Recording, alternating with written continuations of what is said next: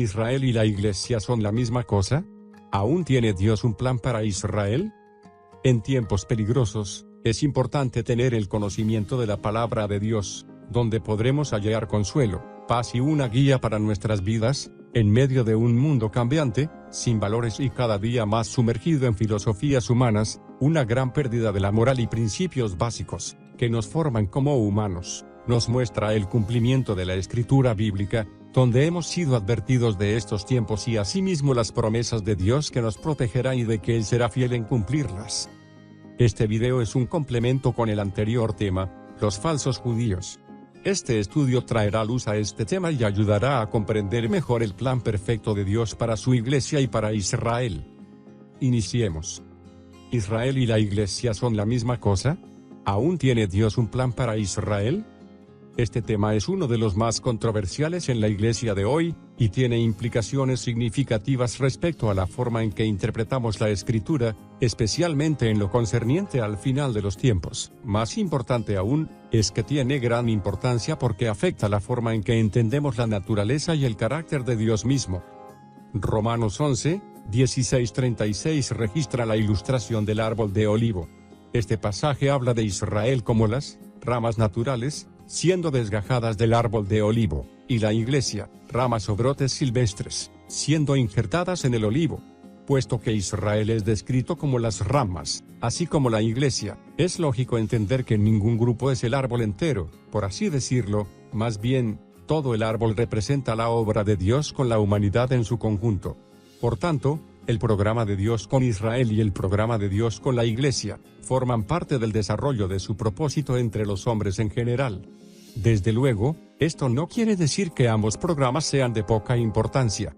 Como muchos comentaristas han señalado, gran espacio de la Biblia está dedicado a los programas de Dios con Israel y con la iglesia, más que con cualquier otro de los tratos de Dios. En Génesis 12, Dios prometió a Abraham, que él sería padre de una gran nación, los judíos poseerían una tierra, la nación sería bendecida sobre todas las demás naciones, y todas las naciones serían bendecidas de Israel. Así que, desde el principio, Dios reveló que Israel sería su pueblo elegido en la tierra, pero que sus bendiciones no estarían limitadas exclusivamente a ellos. Gálatas 3:14 identifica la naturaleza de la bendición que vendría a todas las demás naciones, para que en Cristo Jesús la bendición de Abraham alcanzase a los gentiles, a fin de que por la fe recibiésemos la promesa del Espíritu. Todas las naciones del mundo fueron bendecidas por Israel, a través de quien vendría el Salvador del mundo. El plan de Dios de redención está edificado sobre la obra terminada de Jesucristo, un descendiente de David y Abraham. Pero la muerte de Cristo en la cruz es suficiente por los pecados del mundo entero, no solo de los judíos. Gálatas 3, 6-8 dice, así Abraham creyó a Dios, y le fue contado por justicia.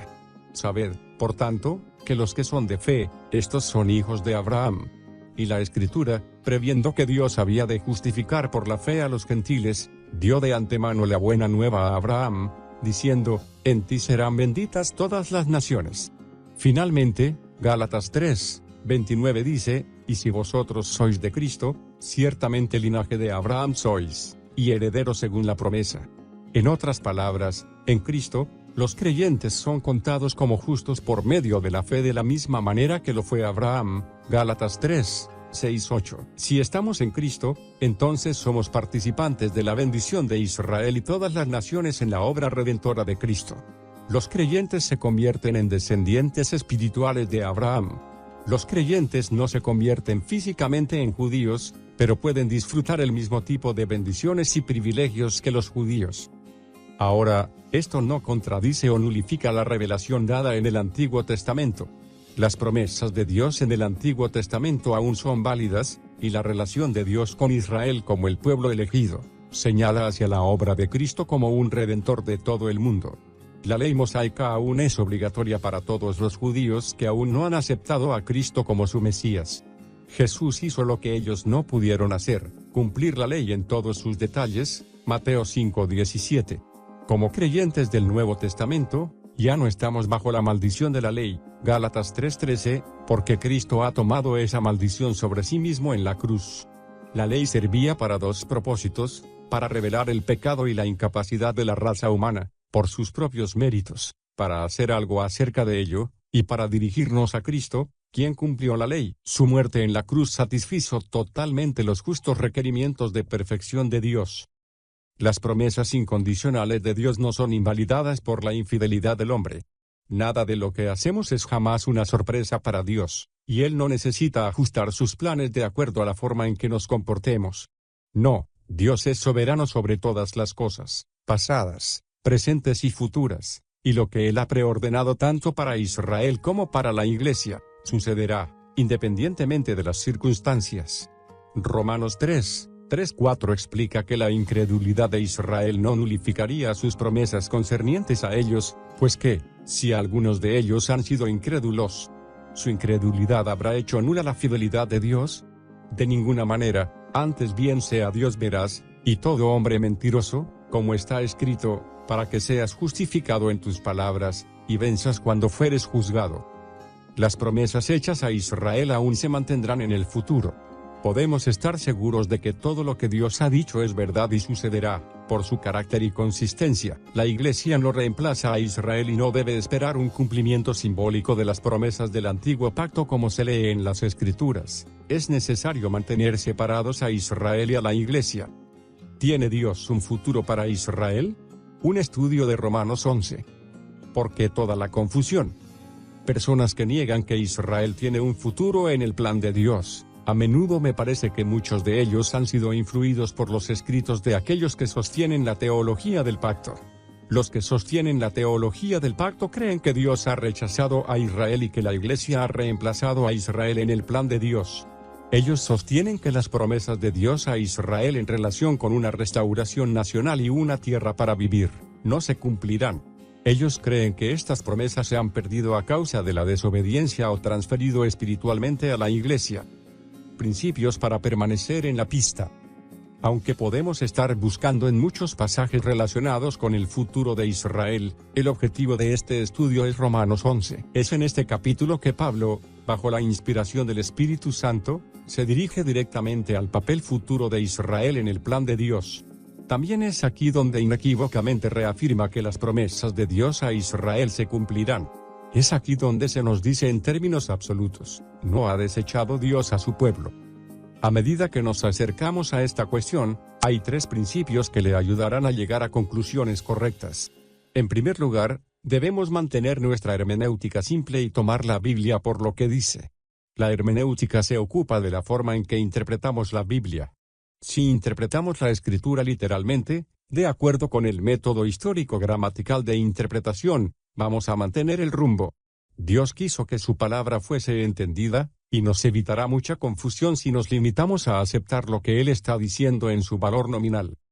En segundo lugar, en nuestro estudio, debemos mantener la distinción bíblica entre Israel y la Iglesia. En la Biblia, Israel significa Israel e Iglesia significa la Iglesia. De todas las referencias a Israel y la Iglesia en la Biblia, los dos nunca están intercambiadas o utilizadas como sinónimos.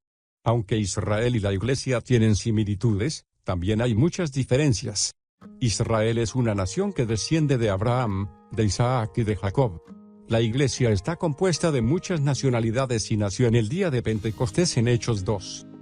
Si seguimos estos dos grupos distintos, como lo hace la Biblia, no vamos a confundirnos. En tercer lugar, tenemos que entender que algunos de los propósitos de Dios que se han establecido son incambiables. Este es ciertamente el caso de sus planes para Israel. Esto es importante debido a que la época en que vivimos, el tiempo de la Iglesia, se caracteriza por la salvación de los gentiles. Aunque algunos judíos han venido a Cristo, son en su mayoría gentiles los que se salvan. El tiempo de la salvación de los gentiles, sin embargo, no significa que Dios ha terminado con Israel. Como Romanos 11 mostrará, después de que Dios ha completado su programa con los gentiles, Él se reanudará y completará su programa con Israel. Descripción general del plan de Dios para Israel. El plan de Dios para Israel fue presentado en el Antiguo Testamento. Según Daniel 9, 24-27, Dios tiene un programa de las 70 semanas, o 490 años, para Israel. 69 de estas semanas, o 483 años, han sido cumplidas. Una semana, o período de 7 años, queda por cumplir. Este período de 7 años, lo que llamamos la tribulación, comenzará después del rapto de la iglesia. Durante la tribulación, Dios derramará su ira sobre un mundo incrédulo y reanudará su programa con Israel. Durante este tiempo, Él traerá a Israel al arrepentimiento y la fe en Jesús como su Mesías. Jesucristo vendrá de nuevo y establecerá su reino terrenal cuando Israel crea. Es en este reino que Dios cumplirá todas las promesas del pacto que Él hizo con Israel en el Antiguo Testamento. Resumen de Romanos 1:10. Antes de ver los detalles de Romanos 11, es necesario resumir lo que Pablo ha escrito hasta este punto en el libro de Romanos. Romanos 1:8. En los 3 primeros capítulos, Pablo declara que todos hemos pecado y somos culpables ante Dios. En los capítulos 4 y 5, habla sobre cómo la salvación es solo por la fe y cómo todos los que creen en Jesucristo son declarados justos delante de Dios. Los capítulos 6 y 7 dicen cómo el pecado ya no tiene dominio sobre el creyente. En el capítulo 8, Pablo muestra cómo la obra soberana de Dios de la elección garantiza que los creyentes están eternamente seguros. Romanos 9:11. Es en los capítulos 9-11, que Pablo se refiere específicamente al lugar de Israel en el plan de Dios. Algunos han pensado que los capítulos 9-11 son el cambio en el objeto de lo que Pablo había estado hablando con anterioridad en los primeros 8 capítulos. Esto, sin embargo, no es así. Los capítulos 9 y 11 fluyen lógicamente de lo que Pablo presenta en los capítulos 1-8. Si Pablo tiene razón en que Dios cumplirá su plan de salvación con los que él ha elegido, la cuestión del futuro de Israel viene naturalmente a la mente. Si los propósitos de la elección de Dios son verdaderos, ¿qué hay de Israel? Ellos fueron elegidos por Dios. ¿Qué pasa con todas las promesas y pactos que hizo con ellos en el Antiguo Testamento? En los capítulos 9-11, Pablo responde a estas preguntas y muestra que Dios cumplirá sus promesas con Israel. Ellos, como su pueblo, tienen un futuro glorioso y todavía están dentro del alcance de su salvación provista en Jesucristo. Incluso en un estado actual de incredulidad y después del comienzo de la era de la Iglesia, Israel sigue siendo visto como el poseedor actual de los pactos y las promesas que Dios hizo con ellos en el Antiguo Testamento, ve Romanos 9:4. Este glorioso futuro espera a Israel, sin embargo, de ninguna manera los excusa de su terrible pecado de rechazar a Jesucristo. En el capítulo 10, Pablo demuestra que Israel es responsable de su fracaso en creer en el Evangelio, pero en cuanto a Israel, dice, todo el día he extendido mis manos a un pueblo desobediente y rebelde. Romanos 10:21. Dios había sido bueno con Israel. Él envió al Mesías a ellos, pero en lugar de aceptarlo, se endurecieron su corazón y lo mataron. La nación que Dios escogió para sí mismo se caracterizó por la terquedad y obstinación. El fracaso de Israel, sin embargo, abrió la puerta para la salvación de los gentiles.